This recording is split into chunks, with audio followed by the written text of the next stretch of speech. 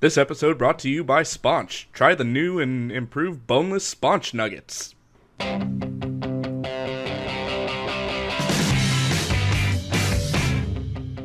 Welcome to the Alpha Nerds Podcast, the podcast capable of making the Kessel Run in 12 parsecs. I'm Bart. And I'm Pete. And every week we talk about a TV show, a movie, comic book, whatever, starts with one letter of the alphabet. This week is M. M. Meteors, melon sodas, meat crop. Oh, dude, that's one of the unholy words. Yeah, I probably shouldn't say that. Definitely not going to eat it. Oh, it's terrible. I've never actually had it. It's... imagine if when your parents said that they were just really disappointed in you, imagine that feeling you felt, but a flavor. That doesn't sound good at all. Yeah. So each week, we have 5 honorable mentions, topics that didn't make it to the top of the charts. Pete, why don't you kick us off with yours? All right, so first on my top 5 is Muppet Treasure Island. Fantastic movie. Probably my favorite Muppet movie, if not only just for Tim Curry as Long John Silver. My favorite's still the Christmas Carol one. Oh, that's a good one. Yeah. Muppet Christmas Carol, yeah. Yeah. All the Muppet movies are good, really. Next is The Martian, a book by Andy Weir. So, context for the listeners, I forced Pete to read this book. You more like forcefully nudged. Well, okay, so... Like, you didn't tie me to a chair. Like, I started reading it, I was like, okay, I'll keep going.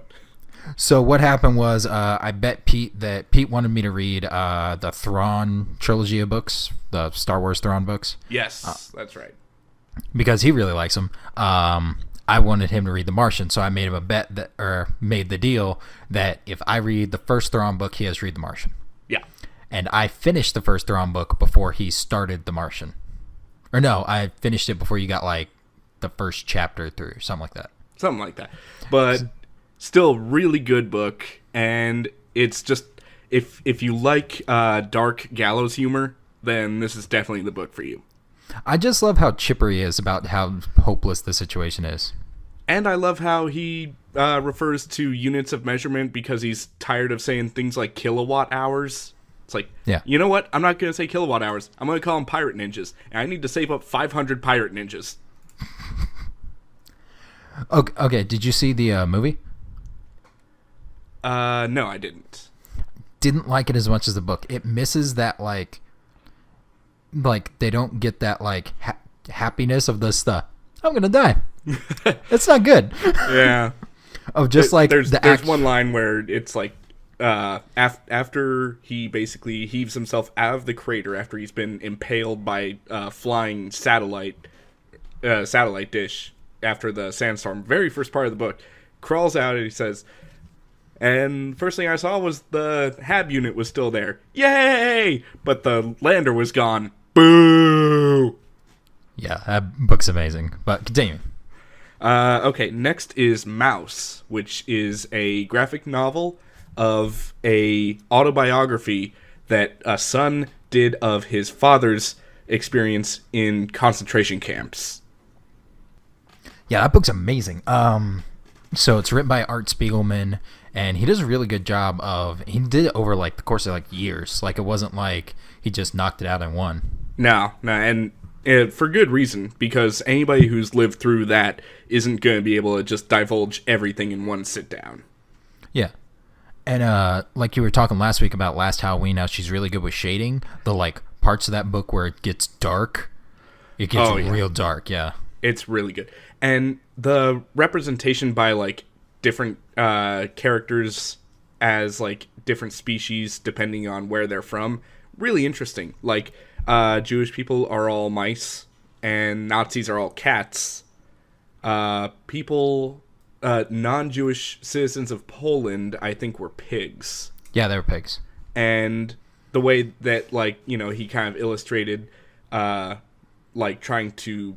when they tried to, like, pass themselves off as Polish people, it was basically 2 mice walking around with pig masks. Yeah, that was really clever. It really was.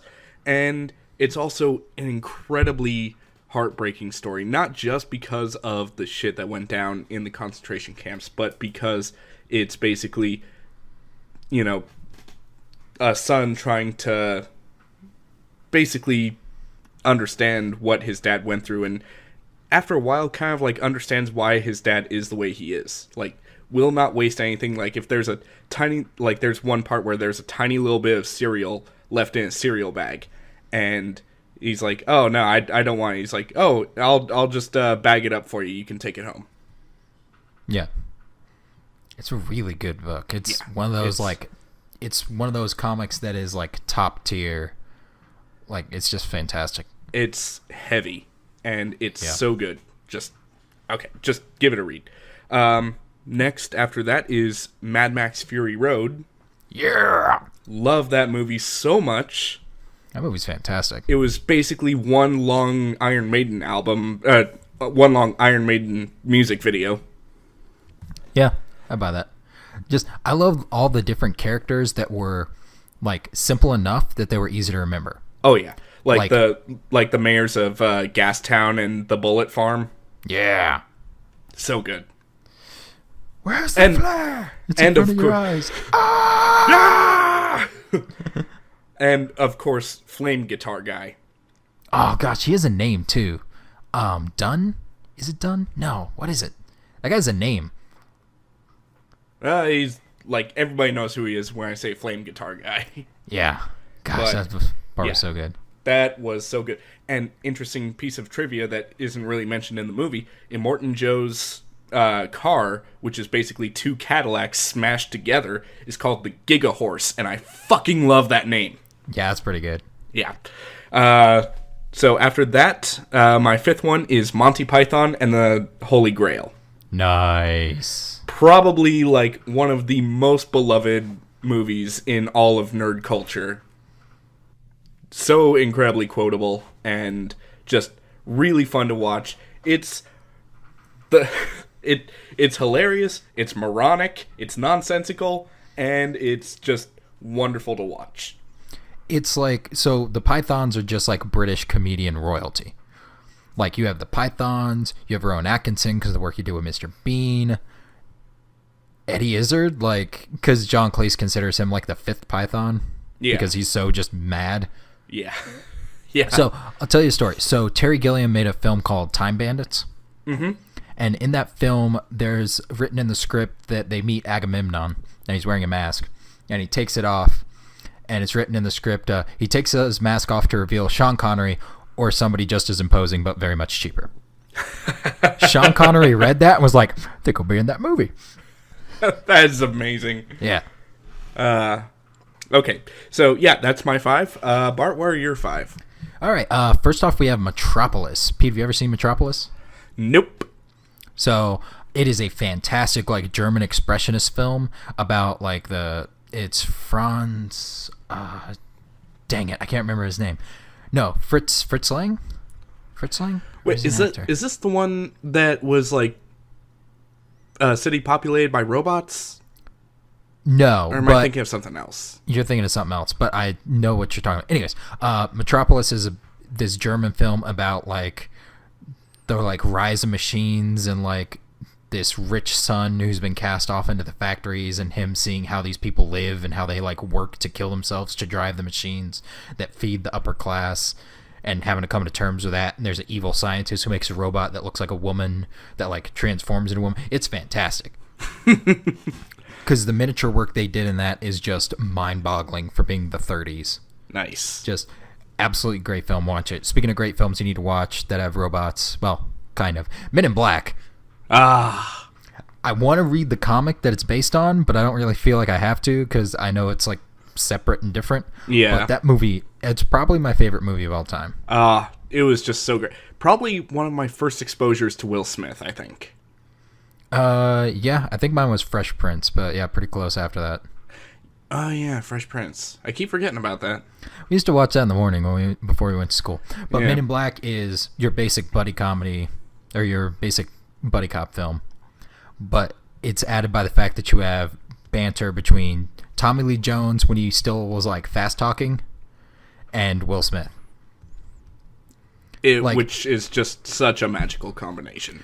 Like, half that movie is just Tommy Lee Jones making Will Smith feel stupid about what he's saying. Yeah. Or like the scene with the elevator is like, and you gotta quit calling me nicknames like Sport and Champ and stuff like that. All right, Slick, but we gotta show you. It's like, you chose me, so you recognize the skills. It's like, let me tell you something about your skills. As of now, they mean precisely dick. That's such a great scene. And then the camera pans out over the whole floor. Okay, the coffee alien slugs, those guys. Wanga!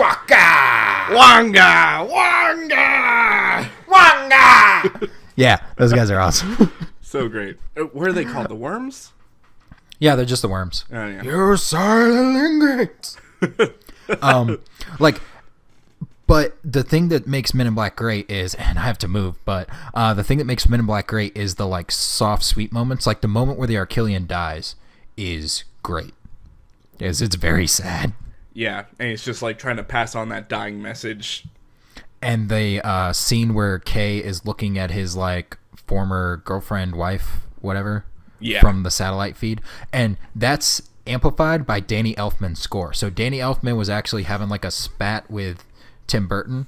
So instead of doing whatever film Tim Burton was doing at the time, he did this. And it is amazing. That is great. Like, I think it's Kay's Memories? Kay remembers something, but that's the song off the soundtrack. It's amazing.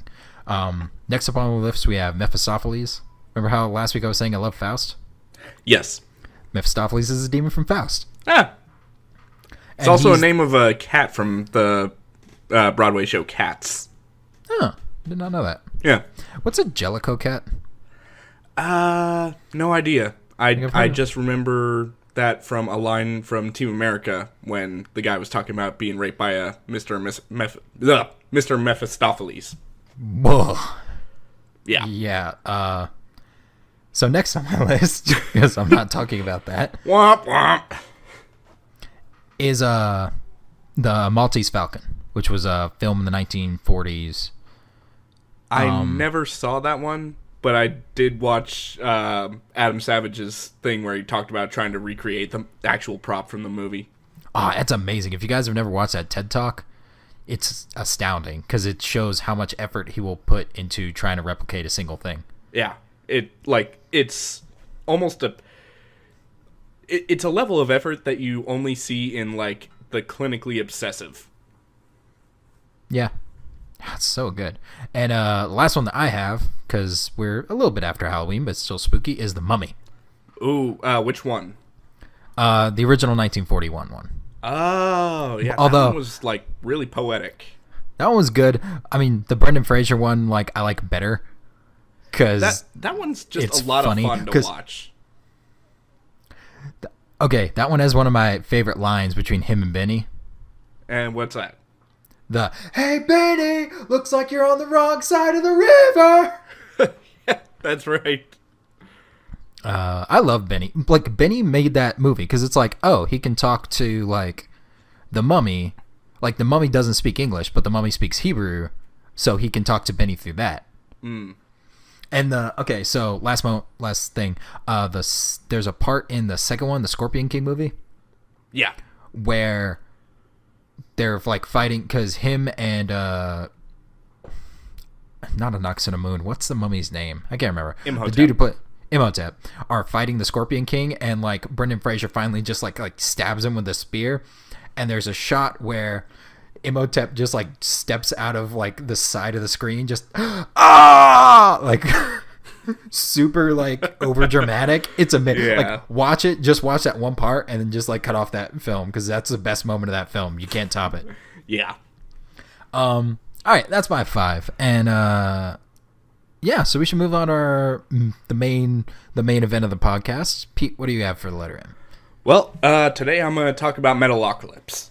Yes. So, okay, getting right into it. Metalocalypse is a cartoon. It's highly musical, and it's just as metal as it sounds. It was created by Brendan Small, who also did a cartoon that ran for 4 seasons called Home Movies. Which has been replayed for 18 years. Yeah. So, That's actually like the first place I ever heard John Benjamin's voice. But anyway, so it ran from 2006 to 2013. So there are, I want to say, there are basically like 5 seasons and 1 hour-long musical special. Ooh, I didn't know about that one. Yeah, it's called the Doomstar Requiem. Oh, it's beautiful. Anyway, so there's a lot of really great voice talents that come through this show. And one of them is Mark Hamill. Yeah! Who plays a buttload of voices, most of which are like ancillary, secondary, forgettable characters like TV anchor and things like that, like no-name people. Except he also voices Mr. Salatzia, who is the main villain of the... he's like the head of this council that secretly runs the world. One of those things. Yeah. And basically, like, they're the antagonist of Death Clock, the band that this show's about. Yeah, so, and they used his like speech about them from, I think, the first episode. They used that as the commercial for it, and that is the best commercial possible for that show. It really is. So, Bart, why don't you tell us what the breakdown of the characters are? So, the members of Death Clock that we're looking at is Squizgar Squizelf, taller than a tree. We have Toki Wartooth, not a bumblebee. Don't know why they had to put that. William Murderface. Pickles the drummer, and Nathan Explosion. Well, Pickles the drummer, doodly doo, ding dong, doodly doodly doo. Forgot about that part. And then just Nathan Explode. And then the best character in the show, Charles F. Osterwitz. Osterwitz? No, it's Oftenson. Oftenson. Charles Foster Oftenson. CFO. And he's also the CFO of Death Clock. Yes. And so he's basically he's there to play the straight man for all of their crazy fucking shenanigans. Yeah, so Death Clock is the main like band of the show. For anybody who doesn't know that, I don't know why you would, but yeah. Death Clock is the main band of the show and their adventures. Oh, it's crazy the shit they get into. It's amazing. The first episode, they accidentally kill their cook because well, they're performing at a show, and a missile... There are missiles. One of them, like, ricochets off somewhere, explodes into, like, one of their giant fortress-sized helicopters, and then the chef gets blown out the window and up into the chopper blades and just... Wait, wasn't the chef planning on betraying them? Nope. No, that was the producer from the Mermaider album. Yeah. Who they trap in the pressure tank, and then the pressure like slowly increases and like crushes his bones. Well, it decompresses and then his eyes explode. That's right. That's what it was. Yeah. So, first episode, they have to go grocery shopping. They've never gone grocery shopping before, apparently. Like, they're so new to this, they don't even know what a grocery store is. They're in there, and it's like, what is this place? And Squizgar, he's like super Norwegian, like same with Toki. Like they're both, from the Scandinavian area. And, he just like throws in his 2 cents. Just, I believe it is called Foods Libraries. And then everybody's just like, Food Library. And then Pickles, he's like from the Midwest. And he's just like, it's called the grocery store, you douchebags! I'm sorry about calling you douchebags. I'm just very hungry. I'm very angry. So that's the main joke of the show, is that this band, like, will constantly, like, accidents kill people and just, like, their music causes destruction, but they are just the inept bunch of goofballs. Yeah. Like, it's the most idiotic group of just... Like, they make great music. They're really good at making music, and that's good. Like so many, like okay, you can actually buy albums of the band. Like Brendan Small actually toured for a while as the lead singer of Death Clock, like an actual band that you could go see in the real world, which was great. Yeah, that's the best part of the show, is that it's not like a show where like the music's like okay, like the music's just like dark and metally and great. Yeah, and it's really just. It's so good. So a couple of my favorite songs that I want to talk about. First one being Awaken Musta Krakish. Yes. Which was played when the band was trying to basically smooth things over with, I think it was Sweden? Pretty sure it was Sweden. Anyway, so the last time they were there, they had caused so much collateral damage and everything like that, like, just wrecked the entire country. So they basically come back to do another, show. It's going to be a free show, and it's basically going to be one big apology. Like, sorry for doing this. And so, what's Nathan Explosion to do to write a brand new song? Pull something right out of their folklore, specifically their Book of the Dead, specifically the spell to awaken Musta Krakish, the lake troll. Nice. And it's such a good song, and it actually awakens this 100-foot tall monster from the lake, which just goes about destroying the town and everything. And okay, the detail put into the animation is so great. That, like, when things look nasty, they look gross. Oh, dude, it's like if the animators from the heavy metal movies collaborated with Rob Zombie and I want to say something else. And a little bit of Satan in there. Just do they ever meet the devil? That seems like a thing that should happen in that show. Actually, they did. When they were learning the blues. That's right. They meet him at the crossroads. They meet him at the crossroads, and then they break his balls with the contract. I remember that one. On page 6, the writing's a little murky. That needs to be rewritten. I'm seeing other revisions to it. Gosh, they were trained well. CFO trained them well. Yeah, and it's like, see, our lawyer is not here. It's like, oh, well, it's not like we never negotiated a contract before.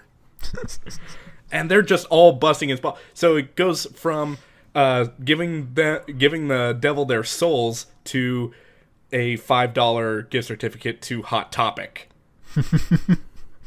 Nice. It's just so great. So there are so many different things that the band goes through. They go through a bit where they're doing stand-up comedy. And Nathan Explosion does this. Yeah, it's like, hey, anybody have a brother? Yeah, I do. Yeah, we're twins. Yeah, he's a real pain in my ass. Hey, meet Quado. It's like he basically tied a conjoined twin that he, I guess, cut off of somebody else. Yeah. Like a belt around his waist, and then things just like throwing up on the ground. Yeah. Meet Quado. We have to get rid of Quado. No, I'm not getting rid of Quado. Quado stays. Quado's gold. I'll cut body bag before I cut Quado. All right, next song that's top of the pops. Let's see. We got Go Into the Water, which is what plays at the season finale of season 1. And oh my god, it is beautiful. Just like the opening guitar and just the whole harmonic rhythm of it is just gives you goosebumps. Is that the one that happens during the CFO fight? Yes. Okay. The one where it's like, that's my bread and butter you're fucking with. Yeah. Yeah. Yeah. Oftenson is not to be fucked with. He's personally killed a few people. A few people. Yeah. Yeah. Like, one was during a sword fight. One was his bare hands. One... No, he didn't do that one, but he did basically order, like, a sniper to take a guy down. It's just... I'd serpentine if I were you. Oh, gosh, that was great. So fun. After that, Death Harmonic, which is what it sounds like. It's basically a metal... it's basically like the London Symphony Orchestra covering a metal song. And it's... sounds so good. Okay. Personally, I'm a huge fan of, like, big orchestral covers of like modern songs. It just, oh my god, it appeals to me in ways I didn't think it would. Okay, now, then. Sorry. This episode, this song actually comes in the same episode where they tried to adopt a kid who I think they just call him Little Piggy because he's just a fat kid who just like goes around just wrecking shit. Just like a completely unsupervised wild boar. And he actually makes pig noises whenever he's hurt, which is weird. But that episode also takes place when they're opening the Death Clock Island home for wayward kitties. Yes! Because they open it on this island that's like had some like radiation poisoning, so everybody looks like sewer mutants. Basically. And I never thought that these words would sound so good coming out of like a death metal singer's voice, but just release the kitties. Yeah. And it's so great. So fun to watch. So there are a couple special episodes that like every once in a while, like one member of the band will have a episode that centers around them and like kind of their history or whatever. So and now on a very special Metalocalypse. So one of my favorites, probably my favorite, is the one where Pickles has to deal with his alcohol problem.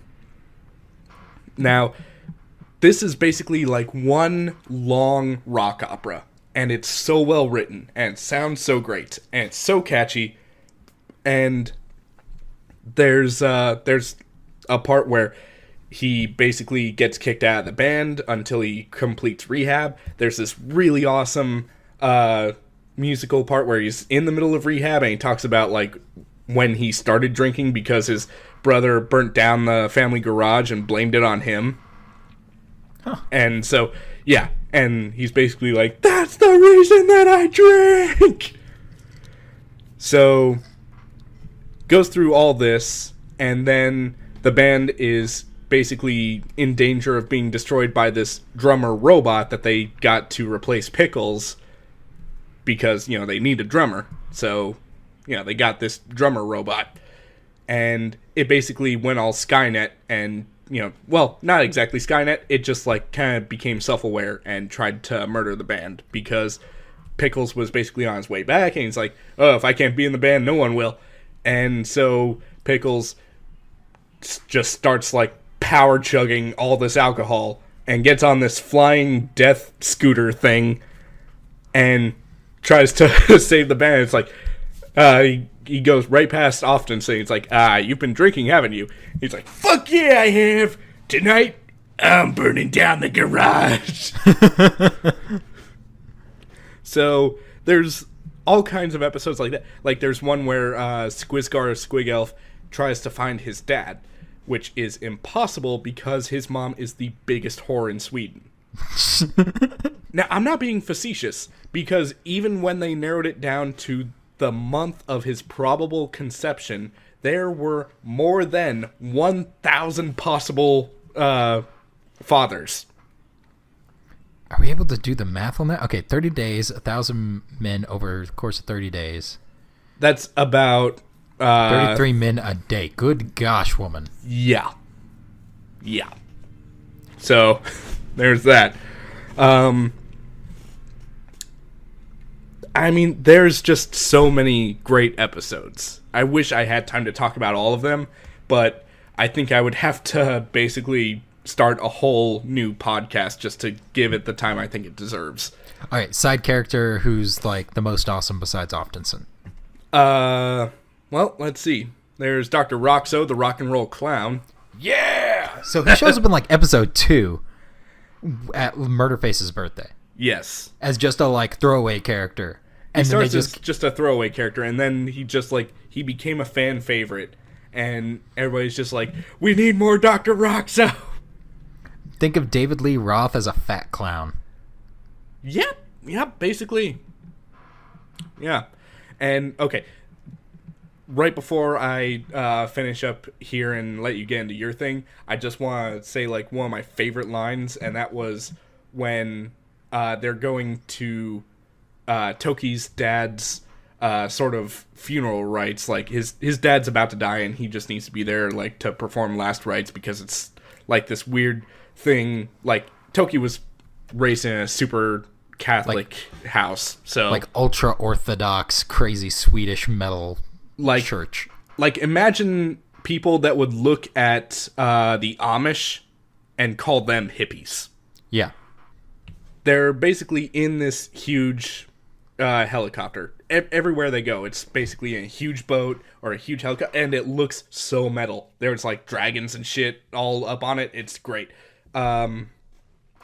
So they're basically cruising along, and you know Toki's just kind of catatonic with dealing with the whole like dad dying, but he never really liked his dad because you know they basically threw him in a hole whenever he misbehaved. I'm not being facetious. There was an actual hole. Yep.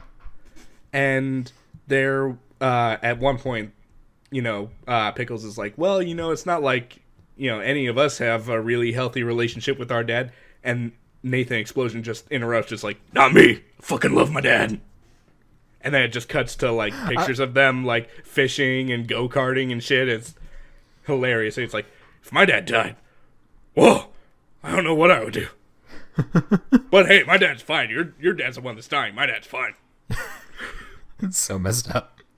And the show's just so full of moments like that. It's just so great. Okay, one more because I think I have 1 minute left. There's one part where Nathan Explosion's in a really bad relationship with this super controlling model type woman, and you know they basically are torturing him to figure out like why he won't break it off with this chick, and he's just like, because I hate her. It's not even regular hate. It's so much blacker than that. It's the most metal hate I've ever experienced. If she was a street gang, I'd go to war with her with bottles and chains. Okay, so that basically wraps it up for me. I'm going to let you get into yours because I don't want to get into like another tangent again. So, Bart, what's your M for this week? Metalocalypse is great, by the way. It really is. Oh my god. But my M is Metroid. Nice. I've said that again. My M is Metroid. Yeah. Metroid was first released in 1986, and Pete, I have a few trivia questions for you. Okay. Metroid is a portmanteau of what 2 words? Metal droid? You got droid right. But it's Metro and droid, because if you look at the map of the game, it looks like a subway map. Oh, nice.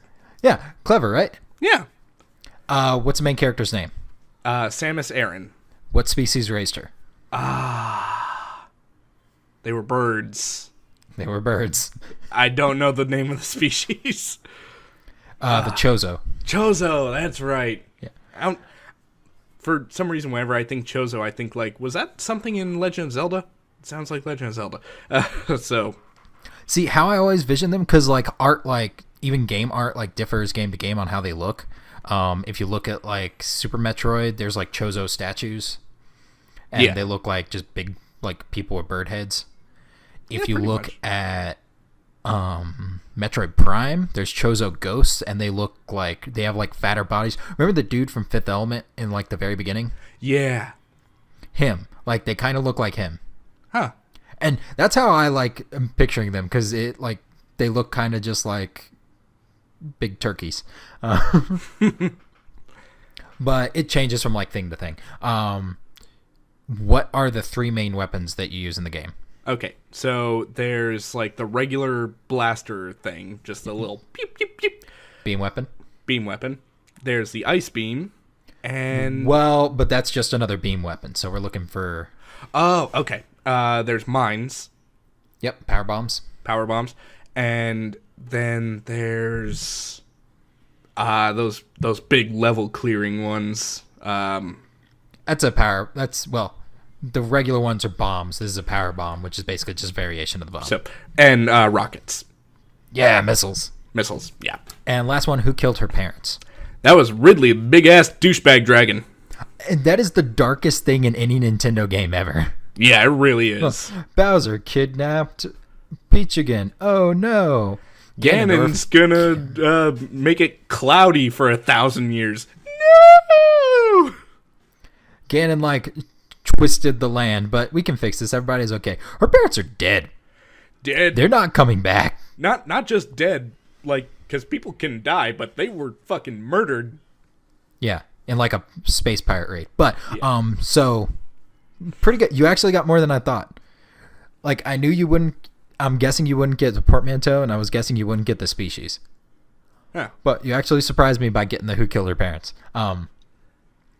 So the people who made this game, the very first Metroid, you have Satoru Okada, who is the dude who invented the Game Boy. All hail Satoru.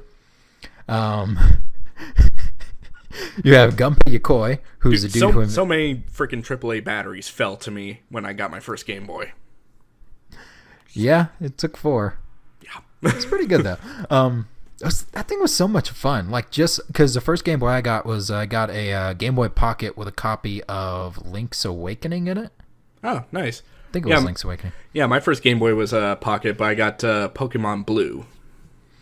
Yeah, I had traded that for I traded a copy of Dino Crisis for it because I just couldn't play that game because it was too scary. Right on. Which, looking back, I wouldn't play it because it's just terrible. It has awful controls. So the main producer of it is Gunpei Yokoi, who invented the Game & Watch. And did you ever play the Game & Watch? Or like the Game & Watch collections they have for Game Boy? I did not. All I know is Mr. Game & Watch from Super Smash Brothers, and I fucking hate that guy. Hit you with a sausage. And bacon. Was there bacon? Yeah, there was bacon. And also that fucking, like, bug sprayer bullshit. Yeah. And then the last dude, the main designer of the game, is a dude named Yoshio Sakamoto. And Yoshio Sakamoto went on to just make and be involved in pretty much every Metroid game after that. Yay! Like, AAA level designer. Like, he's the George Lucas for Metroid. Like the Geiger, well, no, because Geiger wasn't really involved with the alien stuff. Or like the Spielberg for Indiana Jones, kind of. Yeah. But like, he was the dude who's always there along with the franchise, which you don't really get nowadays. Like the last one we had was Kojima, and now he's not involved with Metal Gear at all. Which is a shame. Yeah, it really is, yeah. But Metroid, for anybody who hasn't played it, you have your main character, Samus Aran, and usually she's trying to stop space pirates who have caused some kind of trouble in the galaxy. Either they've taken over a planet, or she's sent in by the Galactic Federation, who's like the big good guys. But she's there to stop the space pirates, usually Ridley, and usually their master computer, which is called Mother Brain. Yep. And the main like thing that they're trying to develop is creatures called the Metroids. And the Metroids are these little ball-looking things that have these like 4 claws underneath them that will get on you and basically suck out your soul. They call it life energy, but it's basically your soul. I thought they tried to suck out your brain. No, they say specifically life energy. That's why like the bar on the suit goes down, because they're just taking the energy from it. Huh.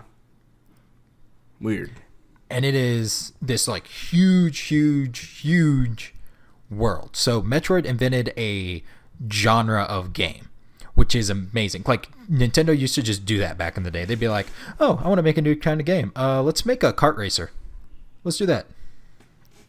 Ta-da! Like the idea of the shoot 'em up, the 3D behind the ship shoot 'em up, the Star Fox design has been copied over and over and over again. Panzer Dragoon would not exist without Star Fox. And I have Star Fox to thank for Star Wars Rogue Squadron. Love those games so much. Yeah. Like, oh gosh. Rogue Squadron took it and just broke it away from like the tunnel, and that made it so good. Ah, so great. Anyways. Anyway, keep going. But so the type of game that it is a action platform exploration game, or a non-linear adventure game, or a Metroidvania. And a Metroidvania is you have a large world, you have collectible items that are necessary to get past certain doors, you have bullet sponge bosses. They're not the like Mario style, follow the pattern 3 times, hit them, and then you're done. It's you have to just keep shooting at them because they'll just keep attacking. Which makes some of the most annoying bosses in those games. Specifically, the spider from Metroid Fusion is really annoying for just taking as many hits as possible. Yeah. And one of the things that specifically Metroid does is Nintendo's trademark one-way path. Like, if you've ever done, like, one of the ghost houses in one of the new Super Marios, there's always that, like, one thing that you, like, fall through and you can't get back through and you're just sitting there like, ah. But they use it, Metroid uses it in a very clever way to trap you in an area. Like, don't look in this wrong area. If you, like, fumble your way into this area, okay, now you're stuck. Now, like, what's in this area is what you need to get out and into the next one. Yeah. Which is very, very clever. And yeah, how they big... They did that a lot with, later on with Legend of Zelda. Whenever you had, like, a new item to get, like, if you had to get the fire wand, like, you would enter the dungeon and then the door would ice over. Yeah.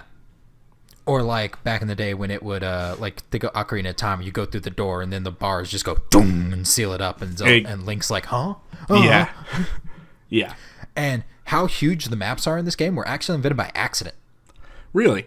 Yeah. So when Samus was like running across the screen, they're like, she's going too slow. Like, can you speed it up? And they're like, yeah. So they sped it up and then she was just going way too fast and you couldn't do any of the platforming because it was just moving way too fast. Right. So then, to counteract that, they just made the levels bigger. Huh. Yeah, really clever, right? Like, it's such a, like, small change, but it, like, makes sense.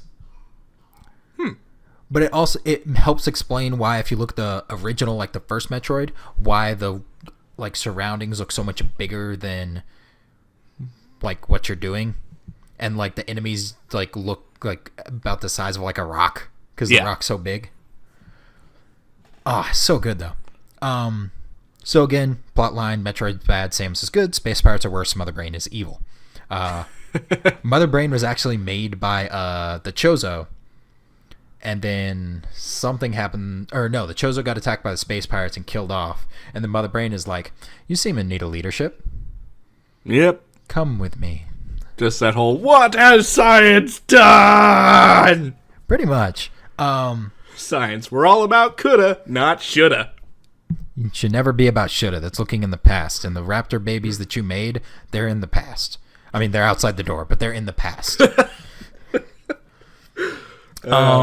Another like connection that this game has is to the Alien series of movies. Like you were saying, the main villain, he's a giant space dragon named Ridley. Yeah. That's a reference to Ridley Scott, who directed the Alien series. Yes. You have a main evil like species of aliens. You have Metroids and Metroids. You have the Xenomorphs and aliens. Mm-hmm. They go through their different phases. Like you have Egg, you have Baby, you have like Metroids go to like Alpha Metroids, Zeta Metroids, Omega Metroids, Queen Metroids, like stuff like that. Right. And in their baby form, they attach to your head. They both feature like female protagonists. Like this was intentionally done, but it's cool to like look back on it and be like, huh? Because Alien also inspired Contra. Oh, really? Yeah, because if you look at the big bad guy from the first Contra game, like it's just a red colored alien head. It is clearly an alien head. Well, yeah. Because this is back in the day when you didn't have to worry about copyright, and it was a much purer, better time. Oh, those were the days when people could just use whatever. Yeah. But yeah, you have that alien inspiration. It's like, it's good alien inspiration. The music in this game is phenomenal. It really is. Like, if you want the best version of it, go listen to the Metroid Prime soundtrack. Because it's full orchestral sound. The Prime games were developed by dudes called Retro Studios out in Austin, Texas. And they made really good games. Nice. Like, they transitioned that series from 2D to 3D, and it was phenomenal.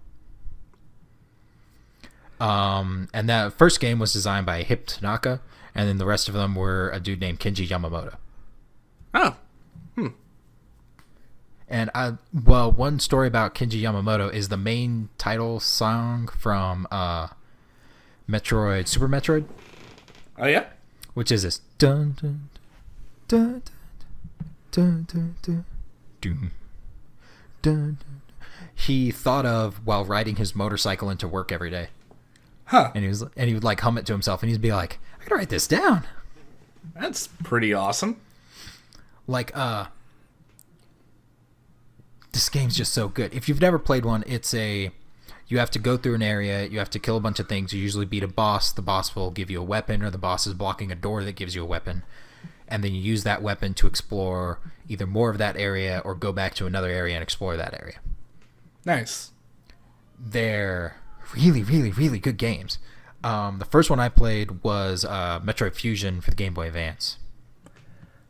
That's actually like linearly the last one in like the series. And it was really good. And then I played Metroid Zero Mission, which is a remake of the first game, which is the first one in the series. So kind of weird how that worked out, but they came out around the same time. Then I played Metroid Prime, which is amazing. That is a really fun one, yeah. I played Other M, which is garbage. Oh, God. Hot, bad garbage. Did you ever play that? I played through the first mission. That was about all I could take. So the worst part of that game is her voice. Yeah. Not that the actress did a bad job, just the actress wasn't told to, like, act. She was just... Like, Samus works best silent. Yeah. Yeah. Like a lot of Nintendo's protagonists, silence was the best, because that allowed you to project. Yeah, it's like Legend of Zelda, but without the... Yeah! Or, yeah! It was just like the sounds her suits were making. Yeah. But gosh, that game's so bad. And the second worst part about that game is when you're talking to her superior, you'll go through an area and then he'll be like, hey, it'd probably be useful for you to use this like item. So turn it on in your suit. And then you turn it on. And that makes no sense for that character. Yeah. It's like, I'm being killed by walking through lava and I'm holding back because I don't want to turn it on? Yeah. What kind of sense does that make? Like, literally in the first mission, you are basically in a lake of lava, and then your commander is like, turn on your heat resistance. Why? Like, really? You think that's a good idea? I mean, I was just gonna, like, strip down and, have a naked car wash here, but I guess I'll turn on heat resistance. That game is bad. That game was programmed and written and developed by Team Ninja, and it looks like it was developed by Team Ninja. It really does. Like, it's one of those, like, yep, this is like Ninja Gaiden. And Ninja Gaiden, while pretty and while insanely good for, like, button accuracy, because it's an action game, and if you want to be a good action game, you have to have extremely precise controls. Yeah. That game is trash in the storyline. Yep.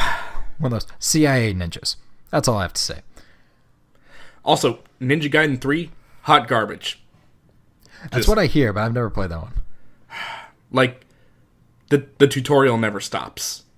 Like, every time you have to use a certain skill to get past a certain thing, there's a screen prompt that tells you, like, oh, use this button. Like, dude, fuck off. I'm trying to be a ninja. But no, you're just doing this, like, big glowing green button. Just, I guess I pressed that one. Yeah, it's bad. But yeah, this game, like, this series of games is really good. And I think, and I love just Metroidvanias in general. A couple more good ones are Guacamelee. If you've never played that one, get it. It's fantastic. Oh, that one's fun. It's basically the same thing, but with luchadors and, like, the undead. It's fantastic. It's great. Another good one is Strider, which they released in, I think, 2012. But that's a really good one. I finished that a little while ago. But you don't get much bonus for 100%ing it, so don't do that. Just beat it. But, yeah, Metroid's just fantastic. And I know I've read a long time ago this thing with game... He writes for video games now, but he was a journalist back in the day called Anthony Birch. And he was saying that he didn't like it because he felt like it had to make him a cartographer, like he had to remember where all these items are. But I don't like to think of it that way.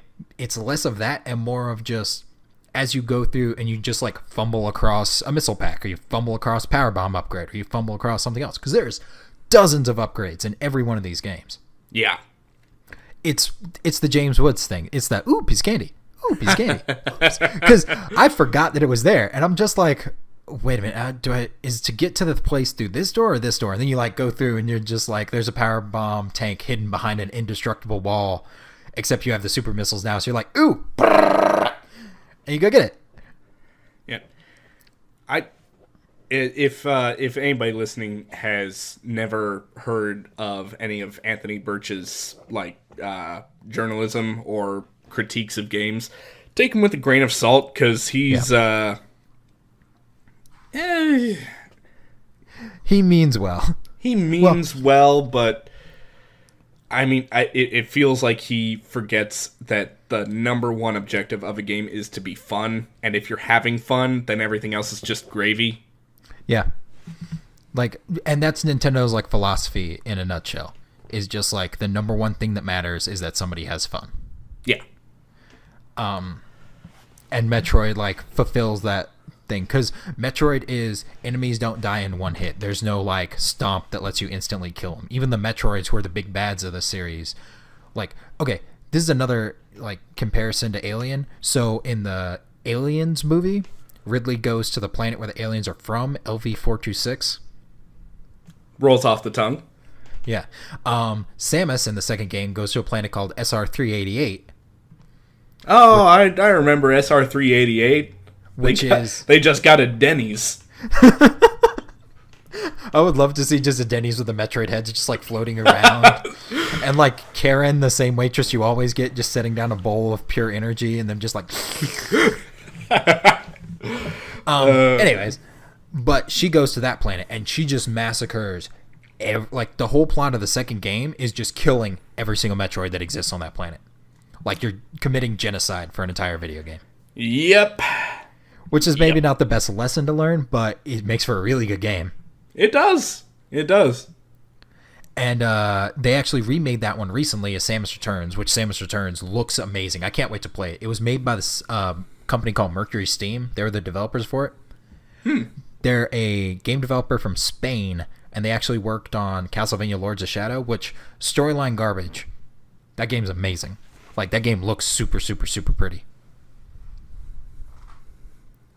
The one thing that I didn't like was in Castlevania Lords of Shadow was it wasn't very like Maze Castle. It wasn't a Metroidvania. It was more or less a God of War clone. Oh, yeah. But there was no light and heavy attack. You know, you usually have those. Yeah. There was a short range and a AoE attack. Or like there was your normal like whip attack, and then there was an AoE attack that hit like out in a circle, but the AoE attack didn't stun enemies, so they would just keep walking towards you and get ready to like beat your face in. Right, yeah. I never adjusted to that. Yeah, that was... Ugh. Yeah. But yeah, Metroid. If you've never played a Metroid game, pick one up. Like, they're fantastic. They're fun. The thing you have to remember in a Metroid game is that you are never stuck. If you are in a Metroid game, there's a way out. You just have to find it. Like, bomb the wall. Start shooting the floor. Start, like, running into walls. Like, there's a way out because you're never stuck. Because these games are just so well tested and well designed. Metroid is an excellent example of one of those old laws of video games that say, shoot everything. If it blows up or dies, it was bad. ABS, always be shooting. Yeah. And that's me. That's Metroid. Go play a game. Go play it. It's awesome. And then that's it for today. We have to start our wrap-up. So, Pete, since you went first this week, what do you love about Metalocalypse? I love how everything comes together between the music, the art, the writing, the comedy. It all just comes together to make this awesome, just... It's like a 7-layer cake of wonderful and metal, and it's covered in mercury because that's metal icing. Kinda, yeah. And that's also like a thing that they did in Metalocalypse where it's like, oh, that's a lovely cake. Don't eat it. It is mercury. You will die. Which you won't die by eating mercury. It's the vapors that are poisonous for you. Yeah. So, yeah, there's that. Chemistry lessons on the podcast. Pete, what do you hate about Metalocalypse? Let's see. I think the thing I hate is a little later in the seasons, they tried to basically write in some drama with like an old band member that it comes to be revealed that Toki replaced because he was just like he was out of control. Like the rest of the band fucking hated him, so it's like, fuck you, you're out. And then like I guess he starts this whole revenge trip, but I don't think it was really needed. It kind of felt a little shoved in, so didn't really care for it. Yeah, good stuff. And who is Metalocalypse a good fit for? So, if you like metal music, if you like your cartoons with plenty of gore, not just gore, but realistic gore, like if you want to see somebody get cut down the middle and see all of that anatomy just like... Or if you have kind of a fucked up sense of humor, you'll like Metalocalypse. Yeah. It's such a good show, though. It really is.